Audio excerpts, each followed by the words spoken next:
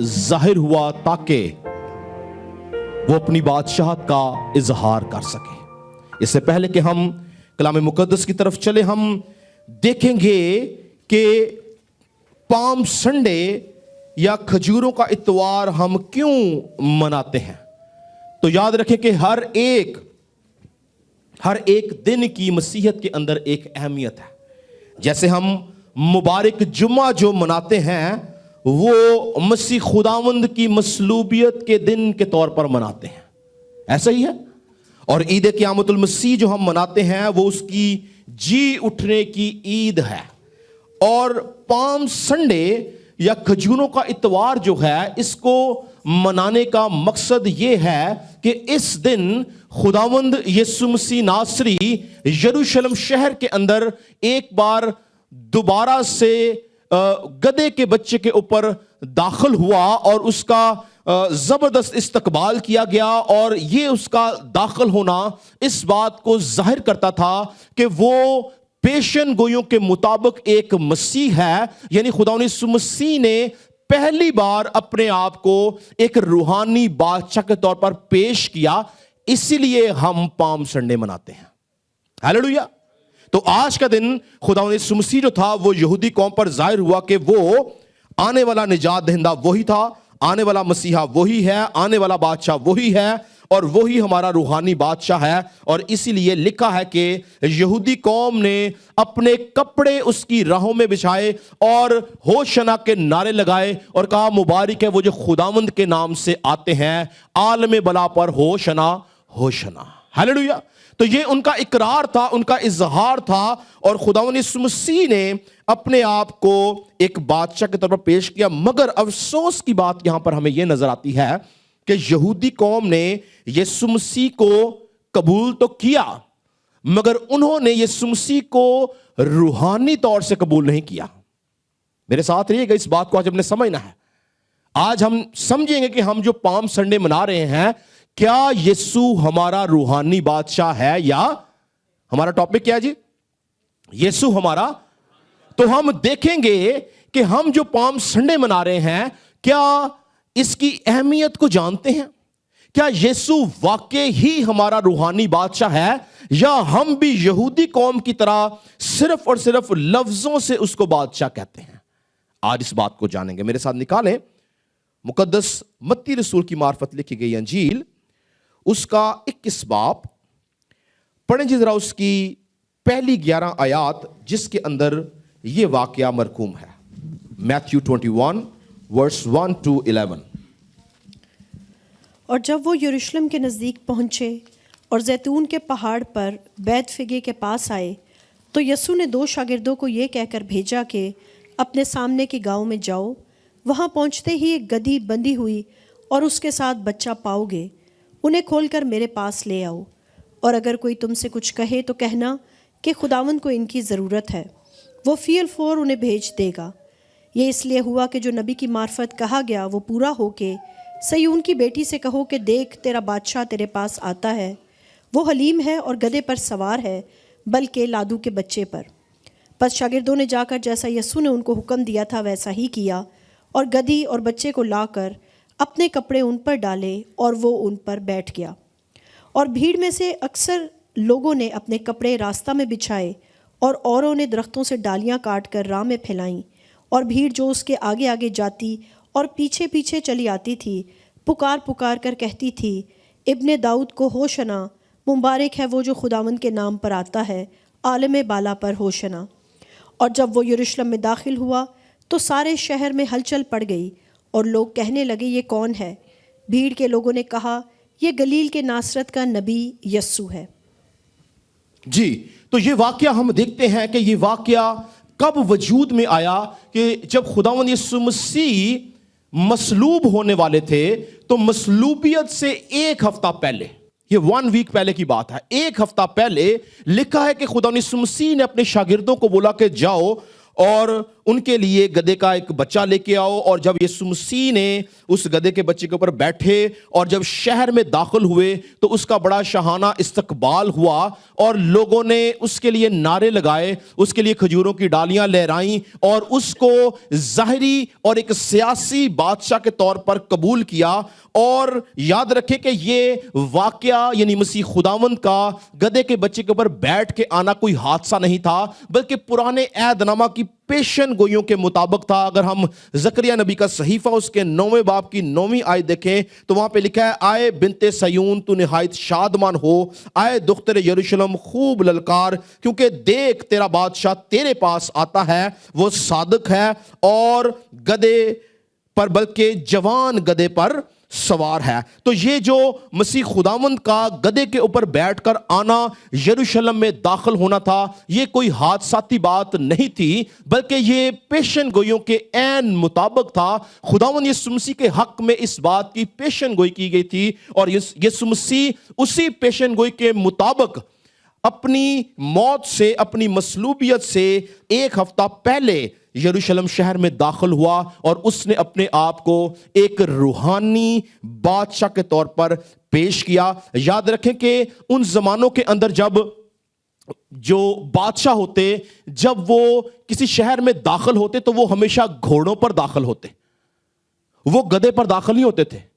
اور گھوڑوں پر داخل ہونے کا مقصد یہ ہوتا تھا کہ وہ جنگ کے لیے آئے ہیں, وہ اس ملک, اس شہر کو فتح کرنے کے لیے آئے ہیں. مگر کچھ واقعات پرانے عہد نامہ میں ایسے بھی ملتے ہیں جہاں پر بادشاہ گدھے کے اوپر داخل ہوتے ہیں, اور گدھے کے اوپر داخل ہونا اس بات کی علامت مانی جاتی تھی کہ وہ صلح, سلامتی اور امن کے لیے آئے ہیں. تو مسیح خداوند کا گدھے کے بچے کے اوپر بیٹھ کر شہر یروشلم میں داخل ہونا اس بات کا نشان تھا کہ وہ انسان کی خدا سے صلح کروانے آیا ہے. وہ خدا اور انسان کے بیچ میں اطمینان اور تسلی کو قائم کرنے آیا ہے, اور یہ اس کی عاجزی کا, اس کی انکساری کا نشان تھا. اور یہ مسیح خداوند کی پہلی آمد میں اس کو ایک روحانی بادشاہ کے طور پر پیش کرتا تھا کہ وہ اس دنیا کے اندر جو پہلی بار آیا ہے وہ ایک ظاہری بادشاہ نہیں بلکہ وہ روحانی بادشاہ کے طور پر اس دنیا میں ظاہر ہوا ہے, جو اس دنیا کی خدا سے صلح کروا سکے. اور یہ ایک سلامتی کا بہت بڑا نشان تھا. مگر یہودی قوم یسوع مسیح خداوند کے اندر ایک سیاسی اور ایک ظاہری بادشاہ کو تلاش کر رہے تھے. وہ یہ سوچتے تھے کہ یہ بادشاہ ایسا ہوگا جو ہمیں رومی حکومت سے, ہمارے ارد گرد کی قوموں سے ہمیں آزاد کرائے گا. اس کا ایک اپنا محل ہوگا, اس کا ایک اپنا تخت ہوگا, اس کی اپنی رعایا ہوگی اور یہ ہم پر حکومت کرے گا. مگر یاد رکھیں یسوع مسیح جو تھا وہ اپنی پہلی آمد میں روحانی بادشاہ کے طور پر آیا جس کا تخت اس کی صلیب تھا. ہیلیلویا. جس کے سر پہ تاج سونے اور چاندی کا نہیں بلکہ کانٹوں کا تھا, جو انسانوں کو, قوموں کو, امتوں کو فتح نہیں کرنے آیا تھا بلکہ وہ ابلیس کو, گناہ کو, موت کو اور قبر کو فتح کرنے آیا تھا. اسی لیے خداوند یسوع مسیح کے بارے میں جو علماء تھے, اس زمانے کے فقی فریسی تھے, وہ ہمیشہ یہ سوچتے تھے کہ اگر یہ بادشاہ ہے تو یہ محل میں کیوں پیدا نہیں ہوا, اگر یہ بادشاہ ہے تو اس کی سپاہی کہاں ہے, اگر یہ بادشاہ ہے تو اس کی رعایا کہاں پہ ہے. وہ سارے مسیح خداوند کو مس انڈرسٹینڈ کرتے تھے. آج بھی اس دنیا میں بے شمار قومیں مسیح کو مس انڈرسٹینڈ کرتی ہیں, وہ یسوع مسیح کو نجات دہندہ نہیں مانتی ہیں. اسی لیے مرد خدا پالوس رسول جو ہے جب وہ کرنتھیوں کا خط لکھتا ہے تو کہتا ہے کہ صلیب کا پیغام ہلاک ہونے والوں کے نزدیک تو بے وقوفی ہے, مگر ہم نجات پانے والوں کے نزدیک خدا کی قدرت ہے. ہیلیلویا. اس زمانہ کے اندر فقی فریسی جو تھے وہ اس بات کو ماننے کے لیے تیار نہیں تھے کہ یہ بادشاہ ہے. وہ کہتے تھے یہ کیسے ہو سکتا ہے بادشاہ. اور یسوع مسیح جو تھا وہ عام جنتا اس کو بادشاہ مانتی تھی, فقی فریسی بادشاہ نہیں مانتے تھے. عام جنتا نے ڈالیاں اٹھائی تھی, فقی فریسیوں نے ڈالیاں نہیں اٹھائی تھی. عام جنتا جو تھی اس کو بادشاہ بنانا چاہتی تھی کیونکہ وہ چاہتے تھے کہ یہ ہم پر حکومت کرے. مگر وہ سب جو تھے اس بات کو نہیں سمجھ پائے کہ یسوع مسیح اپنی پہلی آمد میں ظاہری بادشاہ کے طور پر نہیں آیا بلکہ روحانی بادشاہ کے طور پر آیا ہے. ہاللیلویا. اور اس بات کا خوبصورت ثبوت ہمیں ملتا ہے جب ہم دیکھتے ہیں یوحنا کی انجیل اس کا 18واں باب نکالیں جی. 18ویں باب میں پہلا توس جب مسیح خداوند کو کہتا ہے کہ کیا تو یہودیوں کا بادشاہ ہے, تو لکھا ہے یسوع نے کہا کہ اگر میری بادشاہی جو ہے وہ اس دنیا کی نہیں ہے, اگر میری بادشاہی اس دنیا کی ہوتی تو میرے خادم لڑتے. خدا نے مسیح نے وہاں پہ ثابت کیا کہ وہ ظاہری بادشاہ نہیں بلکہ روحانی بادشاہ. پڑھیں جی ذرا اس کو 18ویں باب کو پڑھ لیں ذرا 33 آیت سے 33 ورس سے. پس پیلاطس قلعہ میں پھر داخل ہوا اور یسوع کو بلا کر اس سے کہا, کیا تو یہودیوں کا بادشاہ ہے؟ یسوع نے جواب دیا کہ تو یہ بات آپ ہی کہتا ہے یا اوروں نے میرے حق میں تجھ سے کہی. جی ہاں, تو یہاں پر ہم دیکھتے ہیں کہ پیلاطس نے اس کے حق میں, پیلاطس نے کہاں سے یہ بات سنی؟ یہ عام جنتا اس کو بادشاہ کہتی تھی, عام لوگ اس کو بادشاہ کہتے تھے. اس نے اس کا یروشلم میں ایک ہفتے پہلے کا یہ استقبال سنا تھا پیلاطس نے, اور پیلاطس کو یہ خبر ملی کہ ایک شخص یسوع نام بادشاہ کے طور پر برپا ہوا ہے. اس لیے وہ کہتا ہے کیا تو یہودیوں کا بادشاہ ہے؟ تو یسوع نے کہا یہ بات تو آپ کہتا ہے یا تجھے کسی نے کہی ہے؟ کیونکہ اس کو اس کی رعایا نے, اس کے لوگوں نے, اس زمانہ کے لوگوں نے بتایا کہ یہ شخص بادشاہ ہے, مگر وہ سارے یسوع مسیح کو مس انڈرسٹینڈ کر رہے تھے جیسے پیلاطس کر رہا ہے. پیلاطس بھی یہ سمجھتا ہے کہ یہ بادشاہ ہے, پیلاطس بھی سمجھتا ہے کہ یہ یہودیوں کے اوپر حکومت کرنے آیا ہے, اس لیے اس کو سوال کرتا ہے کیا تو یہودیوں کا بادشاہ ہے؟ مگر یہاں یسوع مسیح بات کرتے ہیں. پڑھیں جی. یسوع نے جواب دیا کہ تو یہ بات آپ ہی کہتا ہے یا اوروں نے میرے حق میں تجھ سے کہی؟ پیلاطس نے جواب دیا, کیا میں یہودی ہوں؟ تیری ہی قوم اور سردار کاہنوں نے تجھ کو میرے حوالے کیا, تو نے کیا کیا ہے؟ یسوع نے جواب دیا کہ میری بادشاہی اس دنیا کی نہیں. میری بادشاہی اس دنیا کی, ہاں جی آگے, اگر میرے خادم لڑتے, اگر میری بادشاہی اس دنیا کی ہوتی, اگر میں ظاہری بادشاہ ہوتا, اگر میں جسمانی بادشاہ ہوتا, تو یسوع کہتا ہے میرے خادم لڑتے, مگر میری بادشاہی اس دنیا کی نہیں ہے. یہی بات آج کی بے شمار قومیں نہیں جانتی ہیں, اور یہی بات یہودی قوم بھی نہیں جانتی تھی. یہودی قوم بھی اس کو ظاہری بادشاہ کے طور پر دیکھتی تھی, اور آج کی قومیں بھی اس کو ایک نبی کے طور پر, ایک خادم کے طور پر دیکھتی ہیں, نہ کہ خدا کے طور پر. اور یاد رہے کہ یہودی قوم کا یہ انکار جو تھا یہ ان کی طرف سے نہیں تھا بلکہ یہ خدا کے الہی منصوبے کے مطابق تھا. یہودی قوم کا یہ انکار جو تھا یہ خدا کی طرف سے تھا. یہودی قوم نے یہ انکار جو تھا, خدا نے ان کا دل سخت کیا تھا. اس کی وجہ یہ تھی کہ اگر یہودی قوم اس کا انکار نہ کرتی تو میں اور آپ جو غیر اقوام میں سے مسیحیت میں داخل ہوئے ہیں ہم کبھی نجات میں داخل نہ ہوتے. مگر چونکہ یہودی قوم نے اس کا انکار کیا, اس سبب سے میں اور آپ جو ہیں وہ نجات میں داخل ہوئے ہیں. اور اس بات کا بھید بھی خدا نے مرد خدا پالوس رسول کو دیا. وہ رومیو کے خط میں اس بات کا اقرار کرتا ہے. نکالیں ذرا رومیو کا خط, اس کا 11واں باب, پڑھیں جی ذرا اس کی 25 آیت سے. Romans 11 verse 25 to 28. اے بھائیو, کہیں ایسا نہ ہو کہ تم اپنے آپ کو عقل مند سمجھ لو. یہاں پر پالوس رسول جو ہے وہ کہتا ہے اے بھائیو کہیں تم اپنے آپ کو عقل مند نہ سمجھ لو, کیونکہ بے شمار یہودی قوم یہ سمجھتے تھے کہ ہم جو کچھ مسیح کے بارے میں سوچتے ہیں وہ ٹھیک ہے. مسیح ایک عام انسان تھا, یسوع مسیح ایک عام نبی تھا جو معجزات کرتا تھا. مگر پالوس کہتا ہے کہ کوئی اپنے آپ کو عقل مند نہ سمجھے. جی, اس لیے میں نہیں چاہتا کہ تم اس بھید سے ناواقف رہو کہ اسرائیل کا ایک حصہ سخت ہو گیا ہے, اور جب تک غیر قومیں پوری داخل نہ ہو وہ ایسا ہی رہے گا. جی ہاں, تو وہ کہتا ہے کہ اسرائیل کا ایک حصہ کیا ہو گیا ہے جی, سخت ہو گیا ہے, اور جب تک غیر قومیں یعنی میں اور آپ جو نہ یہودی ہیں اور نہ ہم غیر قومیں ہیں, جب تک ہم, وہ کہتا ہے پوری داخل نہ ہو یہ ایسا ہی رہے گا. اور سوچے کہ آج تک یہ حصہ ایسا ہی ہے. اس وقت ان کا انکار جو تھا وہ خدا کی طرف سے تھا. کیا وہ خدا جس نے میرا اور آپ کا ذہن کھولا ہے کہ ہم کلام مقدس کو سمجھیں اور یسوع پہ ایمان لائیں, وہ یہودی ان کا ذہن نہیں کھول سکتا؟ وہ کھول سکتا ہے. اس کے پاس اختیار ہے, اس نے کھولا ہے. اس نے پترس کا ذہن کھولا, اس نے یوحنا کا ذہن کھولا, اس نے یعقوب کا ذہن کھولا, اس نے اپنے شاگردوں کا ذہن کھولا, اس نے پالوس کا ذہن کھولا. یہ سب یہودی تھے, مگر باقیوں کا ذہن نہیں کھلا, کیونکہ خدا نے انٹینشنلی ایک حصہ سخت کیا تاکہ میں اور آپ نجات میں داخل ہو سکے. ہیلیلویا. اگر وہ اقرار کر جاتے تو یاد رکھیں کہ میرے اور آپ کے پاس کسی نے نہیں آنا تھا.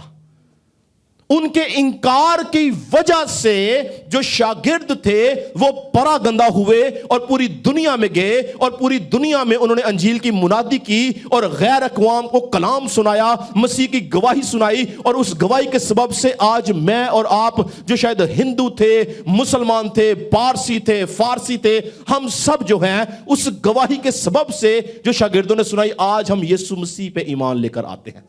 اگر یہودی قوم ہی ایمان لے آتی تو آپ جانتے ہیں یہودی قوم کا یہ ماننا ہے, آج بھی, آج کی تاریخ میں بھی یہودی قوم کا یہ ماننا ہے کہ صرف وہ جنتی ہیں, باقی سارے دوزخی ہیں. آپ کو پتہ ہے یہ ان کی ڈاکٹرن ہے. وہ آج بھی یہ بلیو کرتے ہیں کہ جب مسیحا آئے گا تو صرف ہم آسمان کی بادشاہت میں جائیں گے, باقی سب زمین پہ رہیں گے. اور سوچیں اگر پوری یہودی قوم ایمان لے آتی تو میں اور آپ کہاں جاتے؟ ہیلیلویا. اسی لیے خدا نے ان کو ایمان لانے نہیں دیا, اور جو ایک چھوٹا سا گلہ ایمان لایا, ایک چھوٹا سا گروہ جو ایمان لایا, اعمال کی کتاب اس بات سے بھری پڑی ہے کہ ان کے اوپر اتنی آزار ثانی ہوئی کہ وہ پراگندہ ہوئے اور مختلف قوموں, مختلف شہروں, مختلف ملکوں میں جا کے انہوں نے منادی کی, تاکہ صرف یہودی نہیں بلکہ ساری دنیا خدا کی بادشاہت میں داخل ہو سکے. اسی لیے لکھا ہے ان کے حق میں, آگے پڑھ لیں جی.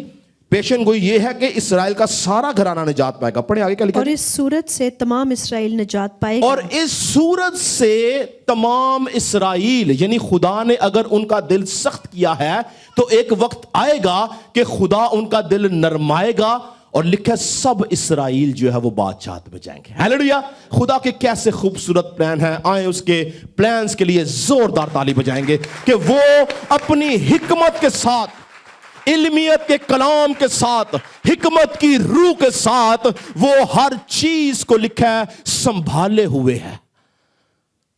اگر یہ اس وقت خدا اپنی حکمت کا استعمال نہ کرتا تو میں اور آپ سب ہلاکت کے فرزند ہوتے ہیں. مگر خدا نے اس دن ان کا ذہن, ان کا دل بند کیا تاکہ میں اور آپ اس کو اپنا روحانی بادشاہ مان سکیں. اسی طرح لوکا کی انجیل کے اندر ہم دیکھیں تو لکھا ہے فقیر فریسیوں نے خدا یسوع مسیح سے پوچھا کہ خداوند کی بادشاہت کب آئے گی, تو یسوع نے اس وقت بھی روحانی بادشاہت کا اظہار کیا. اس نے بولا خداوند کی بادشاہت تمہارے بیچ میں ہے, یعنی میں تمہارا روحانی بادشاہ ہوں, میں تمہارا روحانی پیشوا ہوں, میں تمہارا مسیحا ہوں, میں پیشن گوئیوں کے مطابق آیا ہوں تاکہ تم سب نجات پا سکو. تو خداوند یسوع مسیح کو یہودی قوم جو تھی وہ کنٹینیوسلی مس انڈرسٹینڈ کرتی رہی, مگر ان کی مس انڈرسٹینڈنگ ہمارے لیے برکت اور سلامتی کا باعث بنی.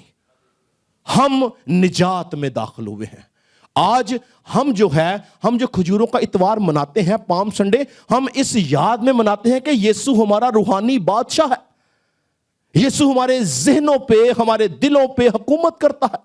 یسوع ہمارے ساتھ ہے, یسوع کی قوت ہمارے ساتھ ہے. اور جس طرح سے زکریا نبی نے خداوند یسوع مسیح کی پہلی آمد, جس میں روحانی بادشاہ کی ہم ابھی پڑھ رہے تھے زکریا 9:9 میں, اس نے اس کے ایز اے روحانی بادشاہ ہونے کی جو پیشن گوئی کی ہے, خدا نے زکریا نبی کو ہی اس بات کی توفیق دی کہ وہ یسوع مسیح کی دوسری آمد, جس میں وہ ظاہری بادشاہ کے طور پر آئے گا, اس کو بھی وہی ریکارڈ کر سکے. میرے ساتھ نکالے زکریا نبی کا صحیفہ, اس کا 14واں باب پڑھیں جی ذرا, اس کی پہلی 5 آیات. یہ ملاکی سے ایک کتاب پہلے ہے, پرانے عہد کی جو آخری کتاب ہے ملاکی, اس سے ایک کتاب پہلے زکریا نبی کا صحیفہ ہے, 14واں باب, اور اس کی پہلی 5 آیات پڑھیں جی ذرا. دیکھ خداوند کا دن آتا ہے جب تیرا مال لوٹ کر تیرے اندر بانٹا جائے گا, کیونکہ میں سب قوموں کو فراہم کروں گا کہ یروشلم سے جنگ کریں, اور شہر لے لیا جائے گا, اور گھر لوٹے جائیں گے, اور عورتیں بے حرمت کی جائیں گی, اور آدھا شہر اسیری میں جائے گا, لیکن باقی لوگ شہر ہی میں رہیں گے. تب خداوند خروج کرے گا. تب خداوند کیا کرے گا جی؟ خروج کرے گا، یہ یسوع مسیح کی بات ہو رہی ہے کہ یسوع مسیح خروج کرے گا، یعنی خروج کرنے کا مطلب ہے، یہ عربی کا ورڈ ہے نکلنا، یعنی یسوع مسیح نکلے گا اور یسوع مسیح آئے گا کہاں پر؟ زیتون کے پہاڑ پر. پڑھے جی آگے. اور ان قوموں سے لڑے گا جیسا جنگ کے دن لڑا کرتا تھا، اور اس روز وہ کوہ زیتون پر جو یروشلم کے مشرق میں واقع ہے کھڑا ہوگا، اور کوہ زیتون بیچ سے پھٹ جائے گا، اور اس کے مشرق سے مغرب تک ایک بڑی وادی ہو جائے گی، کیونکہ آدھا پہاڑ شمال کو سرک جائے گا اور آدھا جنوب کو. جی ہاں، تو یہاں پر ہم دیکھتے ہیں کہ زکریا ہی جو ہے وہ خداوند یسوع مسیح کی دوسری پیشن گوئی کرتا ہے، جس کے اندر وہ ظاہری بادشاہ کے طور پر اس کو پیش کرتا ہے. آپ جانتے کہ یسوع مسیح ظاہری بادشاہ کے طور پر کیوں آئے گا؟ کیونکہ یہودی قوم جو ہے وہ ہمیشہ ظاہری چیزوں پر یقین کرتی آئی ہے. یہ ایونٹ جو ہے خدا نے اپنی خاص قوم یہودی قوم کے لیے رکھا ہے کہ وہ یسوع مسیح کو یعنی مسیحا کو ظاہری بادشاہ کے طور پر دیکھنا چاہتے تھے. اسی لیے کیا لکھا ہے، ابھی ہم نے جو بات پڑھی ہے کہ خدا الاؤ کرے گا کہ ارد گرد کی قومیں جو ہیں بنی اسرائیل قوم کو گھیر لیں اور وہ ان کا مال لوٹ لیں گی، ان کے عورتوں کو بے حرمت کریں گے، ان کے ساتھ ظلم و ستم کریں گے، اور لکھا ہے تب خداوند خروج کرے گا. ہیلیلویا. تب یسوع مسیح نکلے گا، کیونکہ یہودی قوم یہی چاہتی تھی کہ ان کا بادشاہ ظاہری بادشاہ ہو. تو یہ ایونٹ جو ہے دوسری آمد کا ایونٹ ہے، اور یہ خدا نے صرف اور صرف یہودی قوم کے لیے ارینج کیا، کیونکہ اس ایونٹ کے اوپر جو ہے وہ دنیا کا اختتام ہوگا. اور مرد خدا یوحنا عارف جو ہے، خدا نے اس کو بھی اس ایونٹ کا وہی بھید دیا جس بات کی پیشن گوئی زکریا کرتا ہے. اسی ایونٹ کو جو مستقبل کی رویا کے طور پر خدا نے یوحنا عارف کو دکھایا. یوحنا مکاشفہ کی کتاب میں اس ایونٹ کو ریکارڈ کرتا ہے، اور یہاں پر وہ یسوع مسیح کی ظاہری شکل یا ظاہری طور پر اس کا جو خد و خال ہے یا ظاہری طور پر اس کو بادشاہ کے طور پر ظاہر کرتا ہے، جو اب آسمانی فوجوں کے ساتھ آ رہا ہے. نکالیں ذرا مکاشفہ کی کتاب اس کا 19 باب، ریولیشن 19 ورس 11 to 16. مکاشفہ 19:11 سے 16 پڑھیں. یہاں پر جو بات زکریا نبی نے کی ہے اسی بات کی ایک حتمی شکل یا ایک زیادہ کلیئر پکچر خدا نے یوحنا عارف کو دکھائی کہ کس طرح سے یسوع مسیح اپنی دوسری آمد میں ظاہری بادشاہ کے طور پر آئے گا. پڑھیں جی ذرا. پھر میں نے آسمان کو کھلا ہوا دیکھا، اور کیا دیکھتا ہوں کہ ایک سفید گھوڑا ہے، اور اس پر ایک سوار ہے جو سچا اور برحق کہلاتا ہے، اور وہ راستی کے ساتھ انصاف اور لڑائی کرتا ہے. جی ہاں، یہ جو سفید گھوڑا ہے یہ فتح کا نشان ہے، اور اس کے اوپر جو سوار ہے وہ یسوع مسیح ہے جو راستی کے ساتھ. یاد رکھیں، انسان ایسی مخلوق ہے جو راستی سے کام نہیں کر سکتی ہے. راستی سے کام صرف ایک ہی ذات کرتی ہے، اور وہ زندہ خدا کے بیٹے کی ہے. ہیلیلویا. تو یہ یسوع مسیح کی ڈسکرپشن ہے، پڑھیے گا، سنیں جی ذرا. اور اس کی آنکھیں آگ کے شعلے ہیں، اور اس کے سر پر بہت سے تاج ہیں، اور اس کا ایک نام لکھا ہوا ہے جسے اس کے سوا اور کوئی نہیں جانتا، اور وہ خون کی چھڑکی ہوئی پوشاک پہنے ہوئے ہے. ہاں جی، وہ خون کی چھڑکی ہوئی، یہ یسوع مسیح کا ذکر ہو رہا ہے. جی آگے. اور اس کا نام کلام خدا کہلاتا ہے. اس کا نام کیا کہلائے گا جی؟ کلام خدا، یعنی خدا کا کلمہ. آگے. اور آسمان کی فوجیں سفید گھوڑوں پر سوار اور سفید اور صاف مہین کتانی کپڑے پہنے ہوئے اس کے پیچھے پیچھے ہیں. جی ہاں، یہاں پر یسوع مسیح گدھے پر نہیں آ رہا. ہیلیلویا. یہاں پر وہ گھوڑے پر سوار ہے، کیونکہ وہ جنگ کرنے کے لیے آ رہا ہے. کس کے لیے؟ قوم بنی اسرائیل کے لیے. پہلی آمد میں وہ گدھے کے اوپر آیا ہے، اس نے اس بات کو ثابت کیا کہ وہ صلح کے خیال سے آیا ہے. مگر دوسری آمد کے اندر وہ گدھے پہ نہیں، لکھا وہ سفید گھوڑے پر سوار ہے، اور اس کی آنکھیں جو ہیں وہ شعلہ کی مانند ہیں، اور اس کا نام واضح ہے، خدا کا کلمہ. اس نے خون سے چھڑکی پوشاک پہنی ہے، اور پھر وہ اکیلا بھی نہیں ہے کیونکہ وہ بادشاہ ہے. لکھا آسمانی فوجیں اس کے ساتھ ہیں. ہیلیلویا. تو دوسری آمد میں جب یسوع مسیح آئے گا تو یسوع مسیح ایک ظاہری بادشاہ کے طور پر آئے گا. اور آپ کو یاد ہوگا جب میں نے مکاشفہ کی سٹڈی دی تھی تو میں نے بتایا تھا کہ خداوند یسوع مسیح 1000 سال کے لیے اس دنیا کے اوپر حکومت کرے گا. ہیلیلویا. تو خداوند یسوع مسیح کی جو دوسری آمد ہے اس میں وہ ظاہری بادشاہ ہوگا، اس کا تخت ہوگا جیسے بنی اسرائیل قوم چاہتی تھی. اس کا تخت ہوگا, اس کی فوجیں ہوں گی, اور وہ تخت پر بیٹھے گا, اس کے پاس گھوڑا لکھا ہوگا, اور اس کے پاس آسمانی لشکر ہوں گے, اور وہ یہودی قوم کو آزاد کرائے گا, اور اس کے ساتھ ساتھ جتنی قومیں ہیں وہ اس کے ساتھ رہیں گی, اور وہ سب مل کر 1000 سال بادشاہت میں داخل ہوں گی. اور یہ یسوع مسیح کی دوسری آمد ہے, جس پہ اس کو ظاہری بادشاہ کے طور پر پیش کیا گیا ہے کہ اس کی ایک روحانی بادشاہت تھی جس میں آج میں اور آپ شامل ہیں, جو 2000 سال پہلے ہوئی, اور ایک اس کی ظاہری بادشاہت ہوگی جس میں ہم سب بھی ہوں گے اور یہودی قوم بھی ہوگی. آج یہودی قوم نہیں ہے ہمارے ساتھ, آج یہودی قوم کا وہ روحانی بادشاہ نہیں ہے, صرف غیر قوموں کا ہے, مگر دوسری آمد میں یہودی قوم کا بھی وہ روحانی اور جسمانی بادشاہ ہوگا. ہیلیلویا. آج سوال کیا ہے؟ یہ تو میں نے آپ کو کلام سے وہ باتیں بتا دیں جو ہماری تربیت کے لیے لکھی گئی ہیں کہ ہم سمجھیں کہ پام سنڈے کا مقصد یا پرپس کیا ہے. لیکن آج سوال کیا ہے؟ سوال یہ ہے کہ کیا میں اور آپ یسوع مسیح کو واقعی اپنے ذہن, اپنے دل, اپنی سوچ, اپنے خیالات, اپنے ارادوں پر حکومت کرنے دیتے ہیں یا نہیں؟ کیونکہ آپ جانتے ہیں کہ یہودی قوم جو اس کے لیے نعرے لگاتی تھی وہ دل سے نہیں تھے. اگر وہ دل سے ہوتے تو ایک ہفتے بعد وہی نعرے مصلوبیت میں تبدیل ہو گئے تھے. یہی لوگ جو اس کے لیے ہوشنا کے نعرے لگاتے تھے, چونکہ یہ ہونٹوں سے اس کی تعظیم کر رہے تھے, ان کے دل خداوند سے دور تھے, اسی لیے یہ ہوشنا کے نعرے مسلوب کر مسلوب کر مسلوب کر کے اندر تبدیل ہو گئے. کیا آج ہم یسوع کو ہونٹوں سے اس کی تعظیم تو نہیں کرتے؟ کیا ہمارے دل, ہمارے ذہن, ہمارے خیالات, ہمارے ارادے اس کے ساتھ منسلک ہیں؟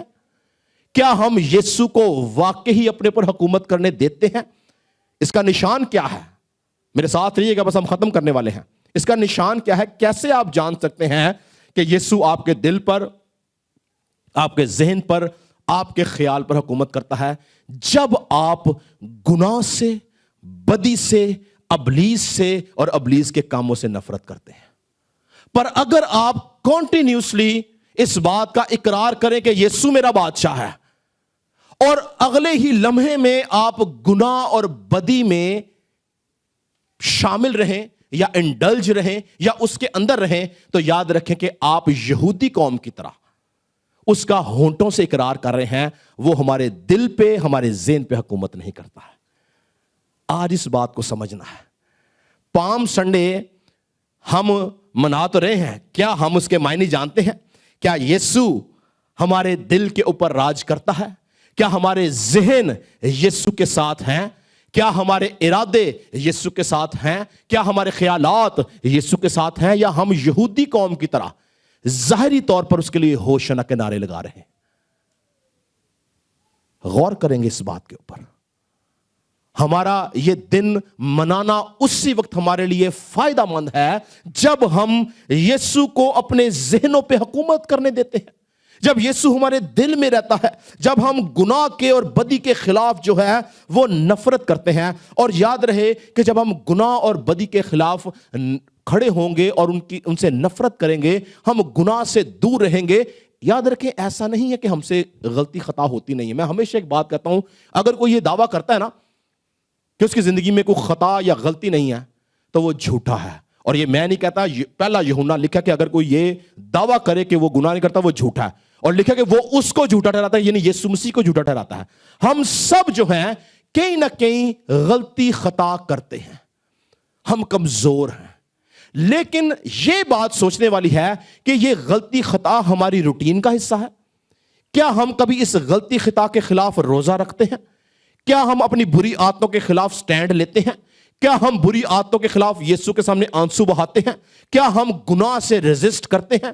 کیا ہم کوشش کرتے ہیں کہ خداوند مجھے اس عادت سے چھڑا, خداوند مجھے اس بری بات سے نکال, خداوند مجھے کامل کر, خدا میرے ذہن کو کامل کر, خدا میرے کردار کو کامل کر. ابھی ہم نے یہ بات کی ہے. خداوند یہ چاہتا ہے کہ آج ہم ان باتوں کا اقرار کرنا شروع کریں, کیونکہ اگر ہم ہونٹوں سے یسوع کو بادشاہ کہتے ہیں اور ہمارے دل پہ یسوع کا راج نہیں,